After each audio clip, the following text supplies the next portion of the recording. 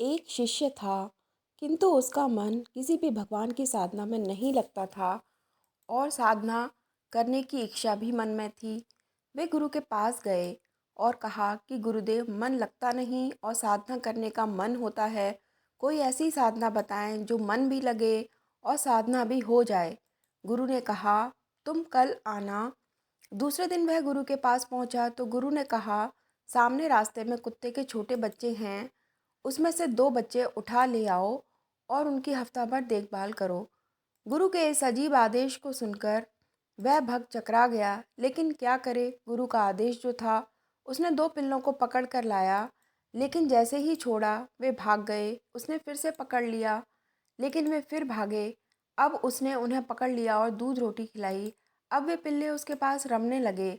हफ्ता भर उन पिल्लों की ऐसी सेवा यत्नपूर्वक की कि अब वे उसका साथ छोड़ नहीं रहे थे। वह जहाँ भी जाता पिल्ले उसके पीछे पीछे भागते।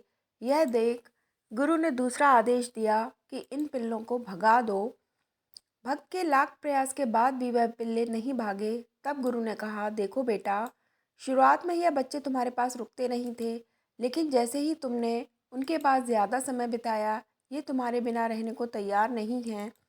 ठीक इसी प्रकार जितना ज़्यादा वक्त भगवान के पास बैठोगे, मन धीरे धीरे भगवान की सुगंध आनंद से उनमें रमता जाएगा।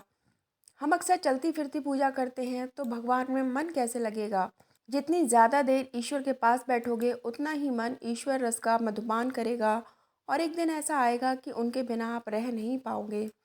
शिष्य को अपने मन को वश में करने का मर्म समझ में आ गया और वह गुरु आज्ञा से भजन सुमिरन करने चल दिया।